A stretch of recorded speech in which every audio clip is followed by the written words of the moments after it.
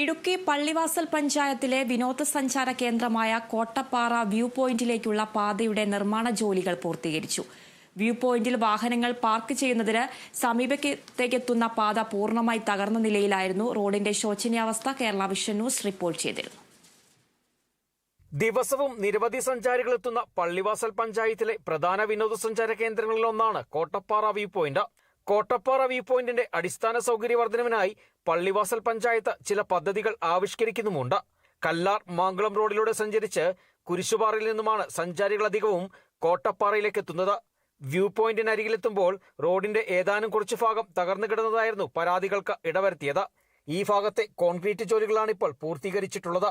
Adimali block പഞ്ചായത്തിന്റെ 2024-25 വാർഷിക പദ്ധതിയിൽ ജനറൽ ഫണ്ടായ 5 ലക്ഷം രൂപ വിനിയോഗിച്ചാണ് 102 മീറ്റർ ദൂരം റോഡിന്റെ നിർമ്മാണ ജോലികൾ നടത്തിയിട്ടുള്ളതെന്ന് അടിമാലി ബ്ലോക്ക് പഞ്ചായത്ത് കല്ലാർ ഡിവിഷൻ അംഗം മിനി ലാലു പറഞ്ഞു. ബ്ലോക്ക് പഞ്ചായത്തിൽ നിന്ന് ഫണ്ട് അനുവദിക്കുകയും ആ റോഡിന്റെ പണി വളരെ ഭംഗിയായി 5 ലക്ഷം രൂപയുടെ പണി പൂർത്തീകരിക്കാൻ സാധിക്കുകയും ചെയ്തിട്ടുണ്ട്. അടുത്ത ദിവസം തന്നെ ഒരാഴ്ചയ്ക്കുള്ളിൽ ആ റോഡ് സഞ്ചാരയോഗ്യമായി എത്തുന്ന ടൂറിസ്റ്റുകൾക്ക് സുഗമമായി കോട്ടപ്പാറ വ്യൂ പോയിന്റിലേക്ക് എത്തുവാനായിട്ട് സാധിക്കുന്ന രീതിയിലേക്ക് തുറന്നു കൊടുക്കുന്നതാണ്.